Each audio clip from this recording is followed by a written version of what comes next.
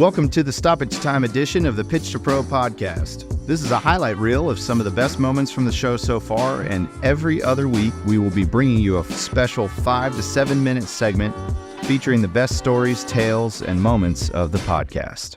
I think the piece you mentioned about that is just the larger place where entertainment and hospitality is going in terms of just the experience, the ability for a strong brand to grow beyond kind of its boundaries, to your point, whether that's through entertainment venues or music and concert, but also just like branded destinations, brand experience. We see it a lot on the hospitality side as well. And it's really interesting to see, groups like Sports Illustrated pitching, resorts or weekend game day destinations and collegiate towns. And we haven't even talked about the collegiate world in terms of mixed use anchor, real estate plays tied to sports. And that's a whole nother place. But I would imagine you're going to see, yes, a lot beyond kind of the big 5 sports, call it, right? And so it's really interesting when you start tracking them. Like, yes, it is a big trend and there's a lot happening, but maybe the numbers aren't as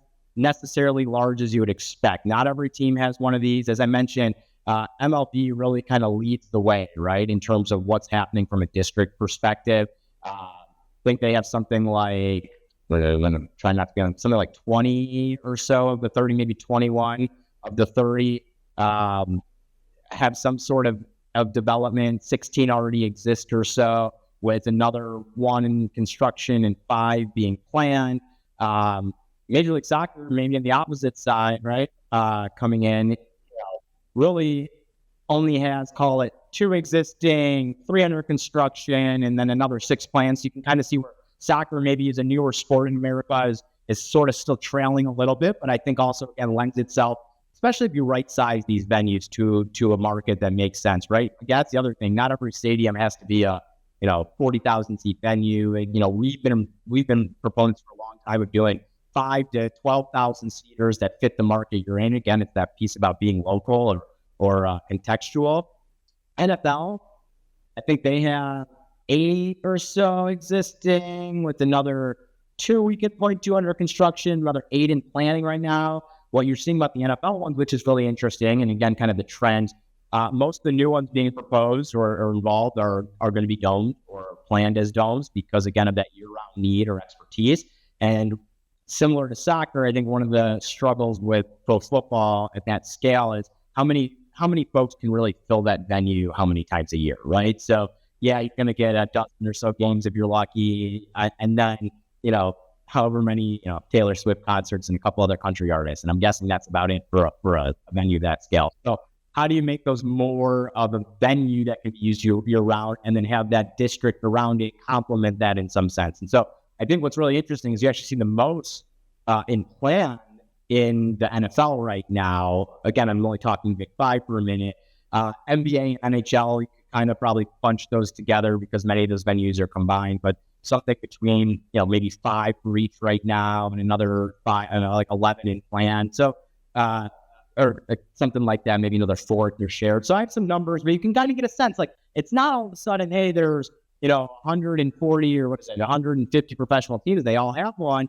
There's something like, 50 or so in plan and proposed right now and have been done today. And so you can kind of see, again, that's where things are shifting. I think the most interesting piece of it is you're seeing that's where the capital is flowing as well, right? And so all of a sudden, a lot of these groups are either crafting their own development groups. You're seeing spin-outs of a lot of the large investment organizations crafting funds or vehicles for real estate, where they can come in and say, hey, let us leverage our understanding of the sports, or we've done this before, but then bring some capital to the table as well through our funds and invest in this. And you're also seeing that, I think, with just what's happening with private equity and the investment in the teams.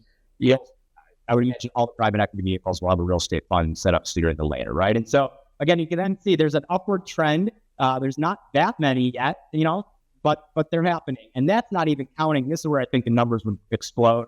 And it is part of our plan at RCLCO to kind of go back and continue to add to that tracker, is to add all of the rest of the leagues that haven't yet been incorporated. When you start talking about USL, WSL, and all these other groups, even G League, there's a lot of smaller, more appropriate venues that are going to be anchoring developments and anchoring projects coming along in the next 5 to 10 years. And I think, so you just started in that last like little 3 to 5 minute section, kind of spinning into where I was going to ask you next, which is some of the impacts that we're starting to see from this trend. And you started touching on it a little bit. It's not just about, okay, well, yes, the venue itself and what does development look like. It also has impacts to ownership group structure. It also has impact to how, if you're a current team, and what am I thinking about over the next 10 to 15 years, and what do I need to do? And where am I, organizing and either raising funds or deploying funds? If you're an expansion team, what does that mean? And what do I now need to think about? So talk a little bit about, keep expounding a little bit on some of those topics, if you would, on how this has changed sports in particular. And you can look at that from a couple different lenses.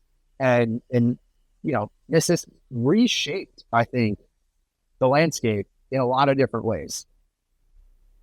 Yeah, I mean, to your point about ownership, I was just, and I'll have to plug our own paper after all this, so you can go back and read the actual numbers. I was trying to spit off the top of my head real quick, but and again, I might not know exact. I think I'll be close. On the ownership side, it's interesting. The percent of existing mixed-use developments where like the team or the owner is involved, somewhere around 40%, I believe, right? So again, kind of that older model, you're seeing that.